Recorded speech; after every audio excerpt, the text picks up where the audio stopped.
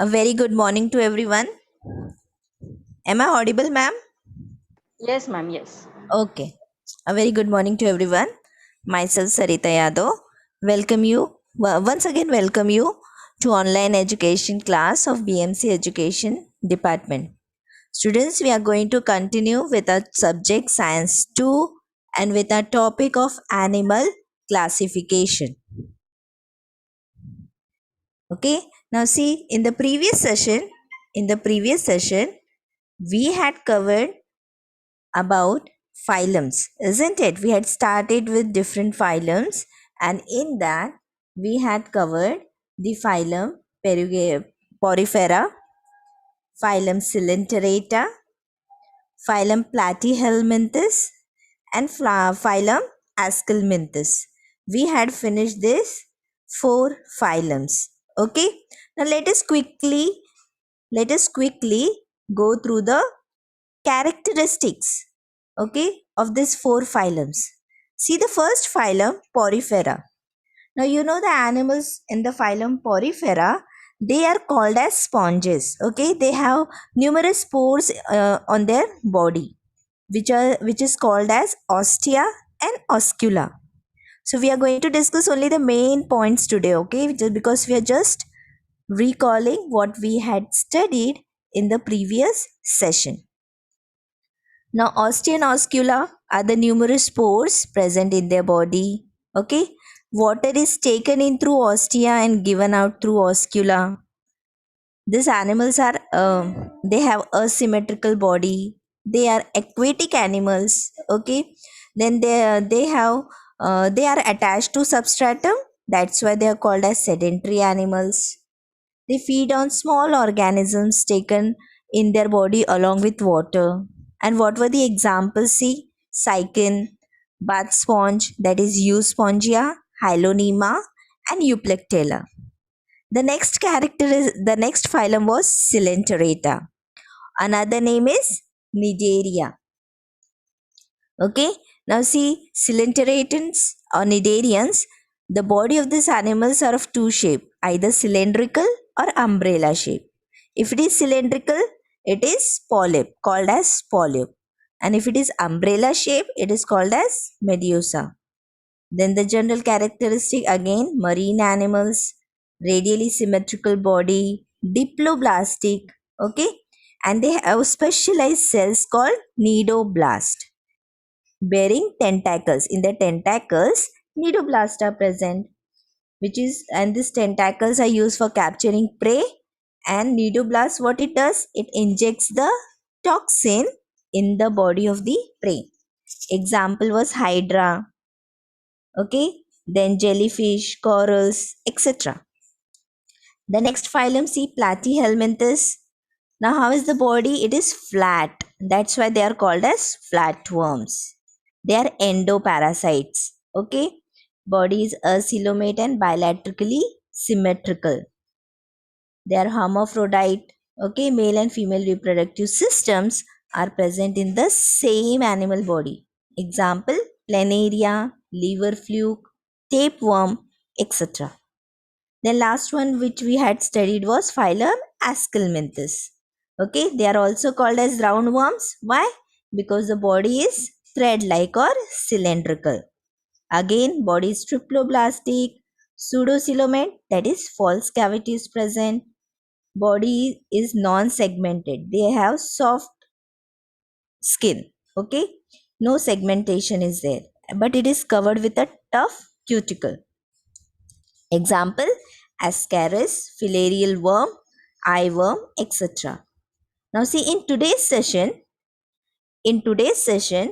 we are going to learn about the phylum Annelida, Arthropoda, Mollusca, Echinodermata, and Hemichordata.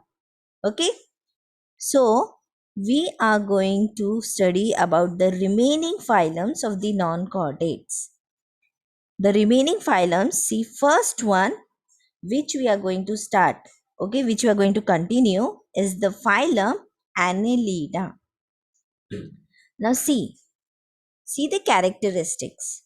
Phylum Annelida. Okay, the animals of the the body of the animals, okay, in this phylum is long, cylindrical, and metamerically segmented body.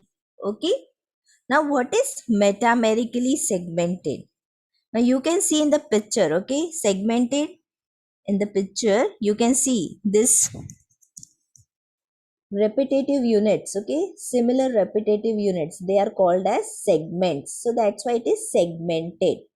Now, what is metamerically? See, metamerism means it is a condition in which an organism forms or possesses a linear series of body segment. You can see it is a linear series. Okay. So that's why it is called metamerically segmented body. Okay. So how is the body? Long, cylindrical, and metamerically segmented. Okay. Now see next characteristics. Most animals are free living. Okay. So most of the animals are free living. That means they are found in marine water. They are also found in fresh water. Okay. Also on land. That is, they are terrestrial. Got it? Then few of the species are ectoparasites. Okay, now what is ectoparasite? See, ectoparasite, as we had studied in the previous phylum, okay, it is a parasite that lives on or in the skin but not within the body. Okay, now for example, you can see in this picture, it's a leech. Okay, what it is doing? See, it has attached itself to an human with the help of its mouth. Okay, it's a sucker. In its mouth, sucker is present. And with the help of this sucker, what it is doing? It is um, it is sucking the blood. Okay, so that means it is deriving nutrition or food from the host, but from outside the body. It is not inside the body. So that's why they are ectoparasites. So few species are ectoparasites. Okay. Now going on to the next characteristics. How is the body? Okay, in the phylum Annelida, the body of this animals is triploblastic. See, three germ layers. Remember, triploblastic means three germ layers are present. And what are the names?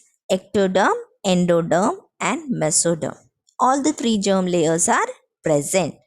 That's why the body of this animals is triploblastic. Got it? Next, what about symmetry?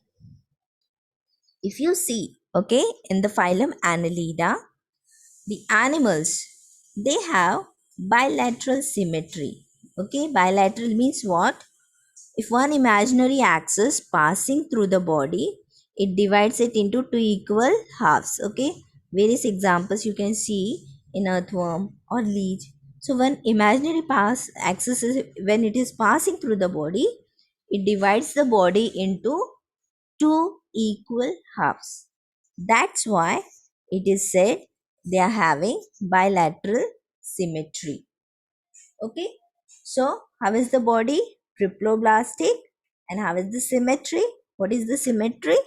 Bilateral symmetry. Now, next characteristic C. Body is eucoelomate. Okay. Now, eucoelomate means what? True body cavity. Okay, true body cavity is present, which is formed from mesoderm or gut.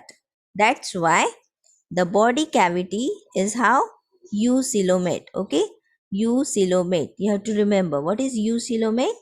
True body cavity formed from mesoderm or gut. You can see in this picture. Got it? So in the phylum Annelida, the animals are having true body cavity. Got it? Now, in the next picture also you can understand. See, annelids also have a true coelom. Coelom means body cavity. Okay? As like us, meaning that the entire body cavity is lined with mesoderm tissue. Got it? So when the entire body cavity is lined with mesoderm tissue, then we say that the animal has a true coelom. Got it? So in the diagram, you can see, in the pic, you can see how the true coelom looks like. Okay, this is how. Got it? So you have to remember what type of body cavity? It is true body cavity. So that's why the body is called eucoelomate. Okay. Next characteristics we are going to study is about locomotion. Okay. How they move. Now you can see the locomotion. Okay. For locomotion, their body is covered with setae, parapodia, or suckers. So these three are used. Now see parapodia. What is parapodia? It is the lateral extension supported by chitin. Okay. Now see, if you see the animals, okay, they have this hair-like structures. This number of paired muscular bristle bearing appendages. What is appendages? The outgrowths from the body. Okay, in which these hair-like structures, paired hair-like structures are there, that is called parapodia. So that parapodia is used for locomotion, to move from one place to another. Okay. Then what is setae? Setae is, it's a stiff structure. Okay. You can see at this top, it is a stiff structure resembling hair or bristle. Got it? That structure is called setae.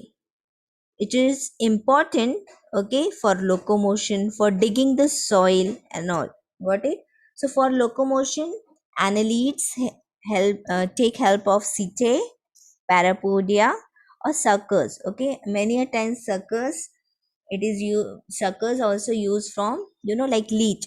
They move with the help of suckers, they attach itself, then again they remove and attach its suckers at another place. So also suckers are used for locomotion apart from deriving nutrition. Got it? Now body is covered with a special cuticle. Now what is cuticle? It's an area of hard covering on the skin. Okay, so the body of annelid is covered with special cuticle. Then the animals in the phylum Annelida, they are either hermaphrodite or unisexual. Okay. Now what is hermaphrodite? That means in an organism, male and female reproductive system is present, okay, in the same animal body. Then we called it as hermaphrodite. Or unisexual, that means it is either male or either female. Got it? These are the few characteristics of phylum Annelida. Okay, let once again see. They have long cylindrical and metamerically segmented body. Okay, most animals are free living, but few species are ectoparasites. Body is triploblastic. Okay, symmetry is bilateral. Body is eucoelomate. Okay, true body cavity. They have setae, parapodia, or suckers for locomotion.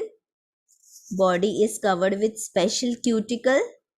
Okay, these animals are hermaphrodite or unisexual. See the examples. Examples: earthworm, leech, nereis, etc. There is another name is clamworm.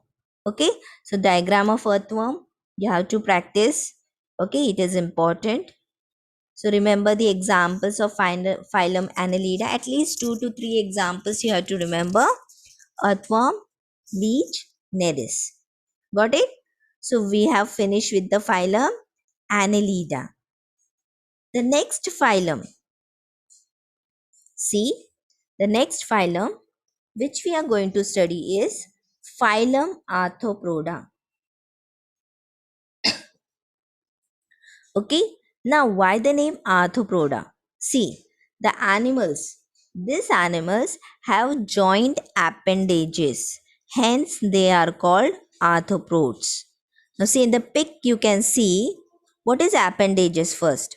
Appendages are structures that extend from the arthropod's body wall. Okay, you can see these structures. Okay, here. This is the body wall. From the body wall, you can see these structures growing. Okay, they are called appendages on both sides. So, both sides, that means they are paired. Okay, they have joints that bend, include legs for walking. So, legs, antennae for sensing. You can see this antennae, this hair like long structure. Okay, mouth parts for chewing food. Okay, here you can see. So these are all joint appendages, and that's why they are called as arthropods. Okay, now see, planet Earth has highest number of animals from this phylum. Hence, this is the largest phylum with highly successful animals in animal kingdom. Okay, so phylum Arthropoda, remember, very important question. It can be asked for Phillips, which is the largest phylum. So you have to remember phylum Arthropoda. Okay. Now, the animals of this phylums, okay, they are found in all habitats. That means they are found in oceans, they are found in desert, in mountains, on land, okay, river water. That's why it is the most successful phylum, animal phylum in the animal kingdom. Got it? So you have to remember, it is the largest phylum in animal kingdom. Okay. Next, how is the body? Now, body of these three animals is triploblastic. Again, triploblastic means all the three germ layers are present: ectoderm, endoderm, and mesoderm. That's why triploblastic. How is the body cavity? Body cavity is true. So that's why it is eucoelomate. Okay, true body cavity is present. How is the symmetry? The symmetry, if you see, it is bilaterally symmetrical. That means when a one imaginary axis passes from the body, it will divide into two equal half, right and left. Okay. So that's why, how is the symmetry? Bilateral. Got it? See, in the picture you can see one imaginary axis, you can see two equal parts. Isn't it? So that's why it is bilaterally symmetrical. Next characteristic, okay, body of this animal is segmented. As I said, what is segmentation? See, segmented bodies means bodies made up of many identical looking segments. You can see in the picture. Similar identical looking segments are repeated. So that's why it is called segmented body. Okay. So the animals of this group, of this phylum, they have segmented body. Okay. Now next characteristic, see, chitinous exoskeleton is present around their body. Now, what is chitinous? Okay, that means it is made up of chitin.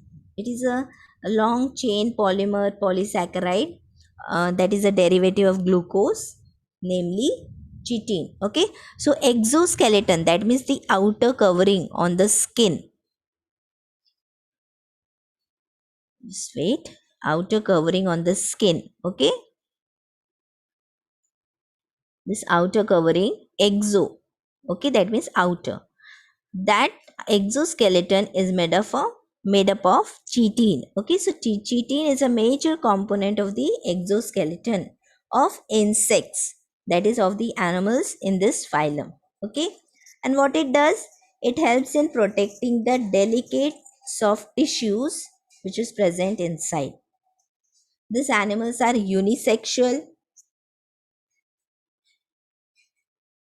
See the various examples. The various examples of phylum Arthropoda. You all are familiar with all these examples, okay? See, crab, spider, centipede, scorpion, honeybee, cockroach, butterfly, millipede. Okay, diagram of cockroach you have to practice. Very important diagram. It can be asked as label the parts of the organism. Okay, or identify the phylum. So you have to remember all these examples of phylum Arthropoda.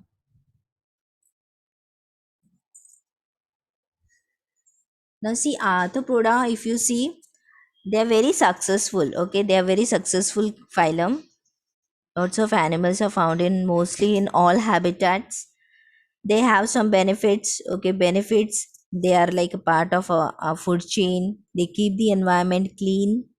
They can cause harm also, as you can see in examples like scorpion, honeybee. Okay, they can sting you, isn't it? They can give you a very painful bite. Cockroaches, they are responsible for spreading diseases. So they are part of our food chain. They are useful also. They can cause some harm also.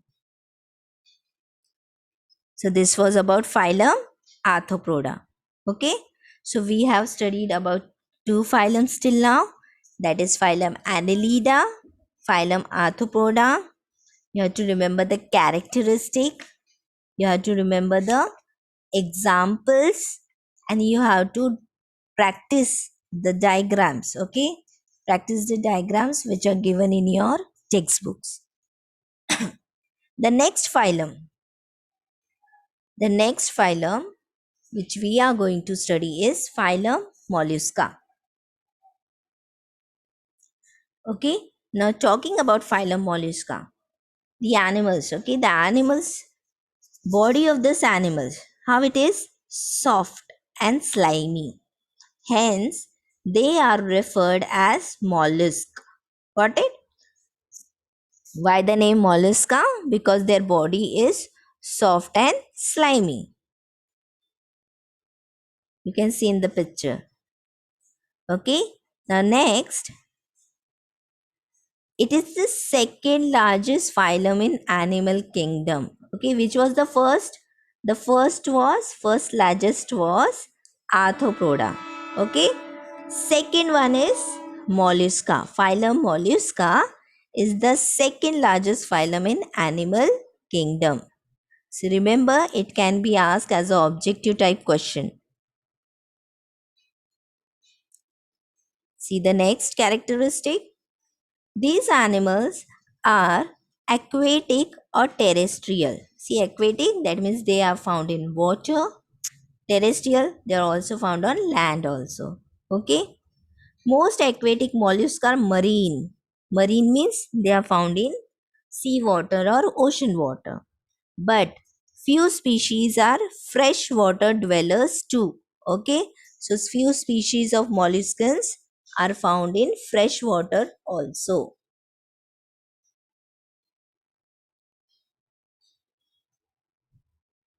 How is the body? Okay, as in the start we said body is soft. So the molluscans, they have a soft body. How it is? Triploblastic. Again, triploblastic means three germ layers are present. Got it? Eucoelomate, that means true body cavity. Entire body cavity is lined with mesoderm. And non-segmented. See, non-segmented. In Arthropoda, you had seen how the segments are present. But in phylum Mollusca, it has a soft body. No segments are seen. Okay, so that's why it is non-segmented body. Okay, now how is the symmetry? Most of the molluscs, they have bilateral symmetry. Okay, except there is an exception. An exception is snail. Got it? So you have to remember bilateral symmetry except snail. Okay, now once again see how is the body. Body is soft and slimy. That's why they are mollusk. It is the second largest phylum. They are aquatic or terrestrial. Most of the mollusks are marine, but few are freshwater dwellers too. Body is soft, triploblastic, eucoelomate. Okay, bilateral symmetry is seen. Exception is snail. And how are the animals? These animals are unisexual animals. Got it? Now see the next important characteristic. The body of molluscan, the body of molluscan is divided into three division. Okay, three division. You can see what it is: head, foot, and visceral mass. Got it? What is visceral mass? Visceral mass is soft, non-muscular metabolic region of the mollusk that contains the body organs. Okay, that is called visceral mass. That means this visceral mass, it contains the digestive, excretory, and reproductive organs. Got it? It is very soft. It is non-muscular. It is the metabolic region. Okay, that means it has the digestive organs over there. Then mantle. What is mantle? Mantle is body wall of a mollusk from which the cell is secreted. See, you can see a mantle. From this mantle, okay, it secretes shell, that is the covering, which protects the soft body tissues of the molluscans. Got it? So this visceral mass is covered with mantle. And mantle, what it does? It secretes a hard calcareous shell. See, you can see your mantle. It secretes a shell around the soft body tissues, and this shell is made up of calcium carbonate. This shell may be external, internal, or even absent. Not necessary that it should be present in all cases. Okay, so in some cases it might be absent also. Again, they are unisexual animals. So very important, you have to remember. Okay, the body of the molluscan is divided into three division: head, foot, and visceral mass. Okay, visceral mass is covered with mantle. And what does mantle does? It secretes a hard calcareous shell. And shell, it protects the soft body tissues of the molluscans. Okay, now see the various examples of the phylum Mollusca. Few examples I have mentioned: bivalve, snail, octopus. Now, see, octopus is considered to be one of the most clever animals among all non-chordates. Okay, it can change its color also according to the environment, according to the situation. It can adapt, it can camouflage in order to protect or catch a prey. Okay, for protection, to protect itself from a predator. It can change color. It can perform three types of locomotion. See, it can swim also, it can creep also, and it can walk also. So in the video you can see how the octopus is walking, isn't it? A very beautiful sight. Got it? So octopus, it is considered to be one of the most cleverest animals in non-chordates. Remember the examples: bivalve, snail, and octopus. Now, next characteristic. See, we have finished with Annelida, we have finished with Arthropoda, we have finished with Mollusca. Three phylums we have finished. The next phylum which we are going to study is phylum Echinodermata. Now, see, Echinodermata. Why? Why the name Echinodermata? Okay, see, calcareous spines are present on the body of these animals. Hence, they are called as echinoderms. Okay, echino means what is the meaning of the word echinoderm? See, Echino means spiny. Derm means skin. So on their skin, you can see these spiny structures. So that's why the name of the phylum is Echinodermata, as the body has spiny skin. You can see in the example of starfish, sea urchin, you can see this spiny structures present on the body. Okay, so that's why the name Echinodermata. These animals are found in oceans, only in oceans. Okay, you have to remember. So they are marine animals. They are found only in ocean. How is the body? The body of the animals is triploblastic. See, once again, triploblastic. We have studied what is triploblastic, isn't it? 3 germ layers are present. So, triploblastic body. How is the body cavity? See, body cavity is eucoelomate. That means entire body cavity is lined with mesoderm. Okay, so true body cavity is present. You have to remember these points. Okay, and don't get confused between diplo and triploblastic. You have to remember. The next, see the next characteristic, body symmetry. How is the body symmetry of of the animals belonging to phylum Echinodermata? Okay, see, it shows two types of symmetry, that is bilateral symmetry and radial symmetry. Now see, bilateral symmetry is seen in larval stage. Okay, can you see this is a larva? Okay, this is a larva, and you can see this one axis producing imaginary axis passing through the body produces two equal halves. So in larval stage you can see bilateral symmetry, but when the same organism grows into an adult, okay, the symmetry is radial. Got it? So two types of symmetry is seen: bilateral symmetry in larval stage and radial symmetry during adult stage. Now if you have to remember, the adults, okay, the radial symmetry, the adults are evolved from organism with bilateral symmetry. As I said, during larval stage it is bilateral. See, what is larva stage? Okay, in the larva means it is the initial stage of development, okay, of the organism or of the animal. So larvae is showing bilateral, adult is showing radial symmetry. What is radial symmetry?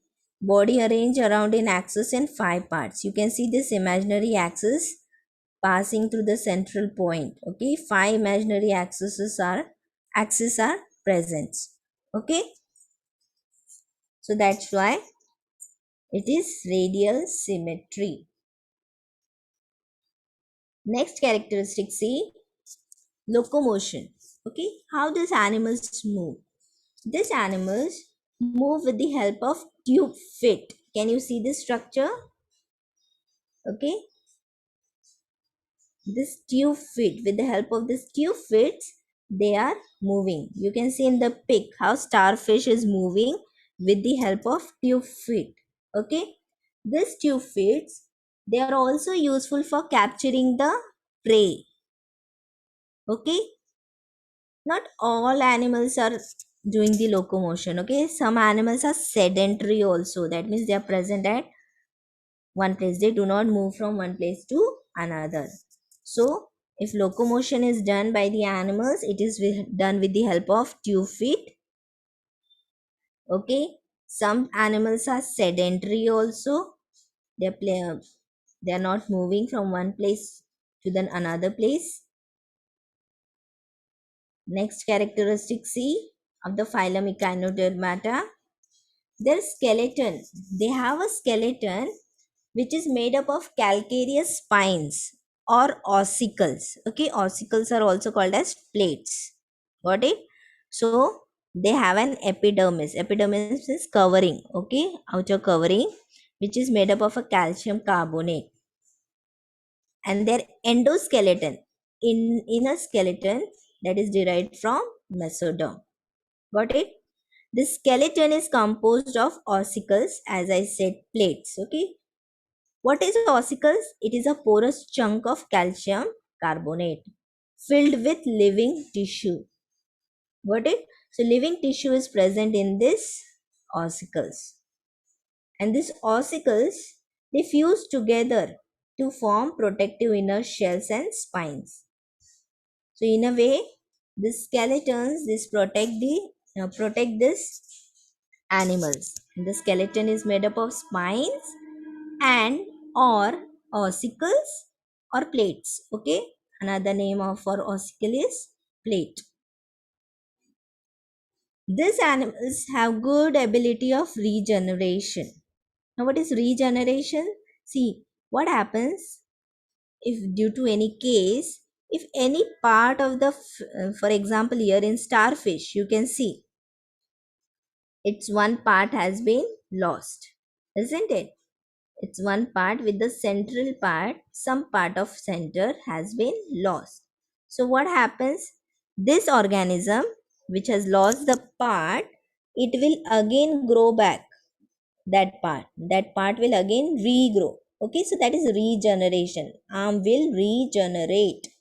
Okay, the another part, this part will also grow into a new starfish. So this ability is called regeneration. Got it? If due to any reason, if it loses its part, okay, body part, it again regenerate that body part. Similarly, the part which has been lost, it also regrows into a new individual. So that's why it is said these animals have good ability of regeneration. And how are the animals? These animals are mostly unisexual. Sexes are different. See the various example of phylum Echinodermata. Few I have mentioned. You can see the pig, starfish, sea cucumber, sea urchin, brittle star. Okay. So examples of phylum Echinodermata is starfish, sea cucumber, brittle star, sea urchin. The next, phylum Hemichordata. The last phylum which we are going to study today is phylum Hemichordata. See, we are going to finish with the non-chordates when we finish the phylum Hemichordata. Okay, now see, body of this animals is divided into three parts as proboscis, collar and trunk. You can see in the picture also proboscis, collar, and this is the trunk. Okay, so how is the body divided? The animal's body is divided into three parts: proboscis, collar and trunk. Okay, now what happens? Notochord, as we are studying about notochord, you know, non-chordates, you know that the animals in non-chordate, they do not have notochord, isn't it? They do not possess notochord. But what about this? Okay, notochord is present in proboscis region only. Hence, they are called hemichordates. Got it? What happens? Non-chordate is present in this proboscis region. That's why the name Hemichordata. Got it? All the other phylums you have studied, they do not possess notochord. But in the phylum Hemichordata, the animals have notochord, but only where? Not in the entire body. Okay? It is present only in this proboscis region. That's why the name Hemichordata. Hence they are called as hemichordates. Now see, these animals are also called as acorn worm. Okay, another common name, acorn worm. Now, why? Again, it depends upon the shape. Okay, the front end of this animal is shaped like an acorn. You can see this front end. How is the shape? It is like this acorn. Okay, it is pointed, slightly round and pointed at the top. That's why it is similar to acorn. That's why these worms are also called as acorn worm. Okay, and that is the common name. These are marine animals, live in burrows in sand. Marine, that means they are found in salty water, that is ocean or seas, and where they live in the sand by burrowing. Okay, next characteristic, see, they have one to many pharyngeal gill slits. You know gill slits, isn't it? That is the opening which is used for the respiration. So the animals have one to many pharyngeal gill slits. These animals may be unisexual, that means sexes are different, or hermaphrodite. Okay, you can see in the example Saccoglossus. Example Saccoglossus. See the example. Example is Balanoglossus. One example we already saw, that was Saccoglossus. Another example is Balanoglossus. You can see in the picture. Diagram, you have to practice the diagram, okay, of Balanoglossus. Now, see, through the viewpoint of evolution, Balanoglossus is considered as connecting link between non-chordates and chordates. This animal shows the characters of both the groups. Got it? Now, see, already we studied in the previous phylum, the animals of the previous phylums, okay, they do not have notochord, and chordates have notochord. The Balanoglossus of the phylum Hemichordata, what it has notochord in the proboscis region. Okay, it is showing the characteristic of non-chordates also and chordate also. So it is considered to be the connecting link between non-chordates and chordates, as it shows the characteristic of both the groups. Got it? Why it is considered to be the connecting link? It can be asked as a due reason. Okay, so it's very important with the viewpoint of evolution. So we have finished with the phylum Hemichordata. Okay, so in today's session, we have finished with the non-chordate subkingdom. Okay, in the next session or next lecture, we are going to start with chordates. Students, once again, we will revise the different phylums which we have studied. Okay, from the first session, phylum Porifera, phylum Coelenterata, Onidaria, phylum Platyhelminthes, phylum Aschelminthes. And in today's session, we studied about phylum Annelida, phylum Arthropoda, phylum Mollusca, phylum Echinodermata, and phylum Hemichordata. So all the phylums of non-chordates we have finished. Okay, let us answer very few simple objective based question on today's session. Okay, students, if you know the answer, you can unmute yourself and answer. Very simple answers. Yes, students, can you unmute yourself? See the first question. Dash is the largest phylum in animal kingdom. Options: Arthropoda, Porifera, Hemichordata. Ma'am, Orthopoda is the largest phylum in animal kingdom. Yes, very good. Okay, so the correct answer is Arthropoda. See the second one. Which of the following animals can regenerate its broken body parts? Cockroach, starfish, sparrow. Ma'am, starfish. Yes, very good.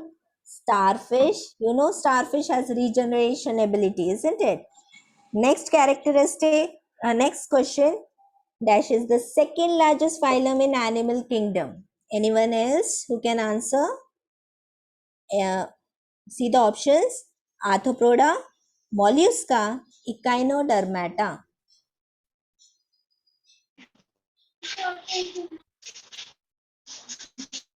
Yes?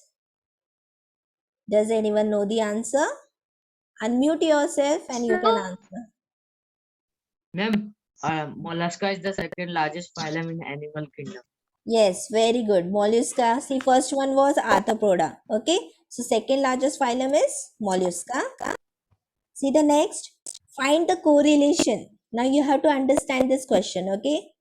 Parapodia is used for locomotion in phylum Annelida. So, tube feet is used in which by the animals of which phylum? Tube feet. कौन से phylum में हमने tube feet के बारे में पढ़ा?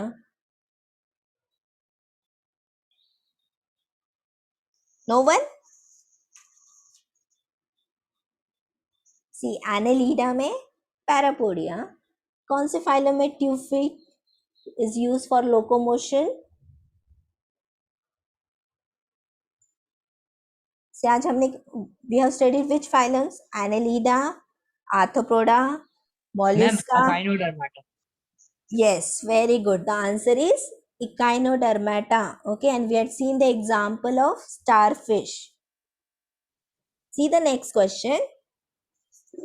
You have to identify. I have chitinous exoskeleton. I have 4 pair of walking appendages. I can sting you. Who am I? What Ma'am. phylum do I belong to? Ma'am, arthropoda. Phylum Arthropoda. Yes, very good. But animal कौन होगा? See, I can Ma'am, sting animal you. जैसे ma'am cockroach हो गए. Cockroach कहाँ sting करता है? Sting see it will तुम्हें वो स्टिंग करेगा, काटेगा. काटेगा means they have that pointed structure, उससे वो तुम्हें स्टिंग करेगा. सी चिटिन का एक्सोस्केलेटन होता है, they have a hard covering. Okay, let me give you the answer. Scorpion, isn't it? Scorpion Hindi में बिच्छू कहते हैं. Okay, scorpion and it belongs to the phylum Arthropoda. See the next. Which of the following animal body shows bilateral symmetry? See, bilateral यानी imaginary axis पास होगा body से तो 2 equal parts मिलेंगे, right half and left half. Option: starfish, jellyfish, earthworm, sponge. Yes, students. Yes, very good. किसी ने तो answer दिया. The answer is earthworm. Okay. Now, if you have any doubt with related to today's session, you can ask me.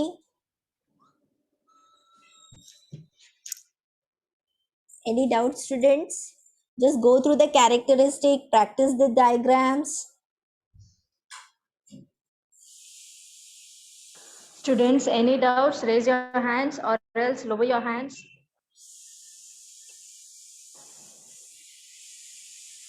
It was very nice topic. Each and every phylum, I know the names are little difficult to understand and to remember, but it is easy to understand. It is related to animals. Those animals you see in your day-to-day life, you see in variety of pictures, in Discovery channels, you have seen that. So colorful animals you have seen, and studying those animals makes us interesting. So, and already ma'am has explained it very nicely with the help of pictures. So you must have understood it, but still any doubts, please raise your hands.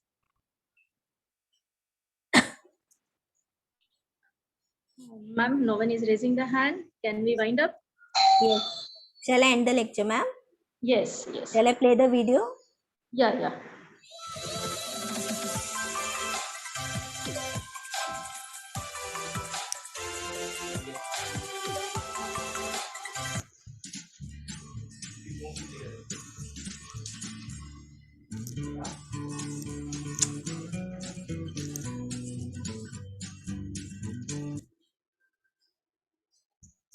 Thank you, ma'am. Thank you very much, ma'am. Thank you, students. Tomorrow again, we'll meet at 8 o'clock in the morning. For today, we have completed all the 4 lectures. Please revise and study at home. Complete your books. Thank you, students. Thank you, ma'am. Thank you, ma'am.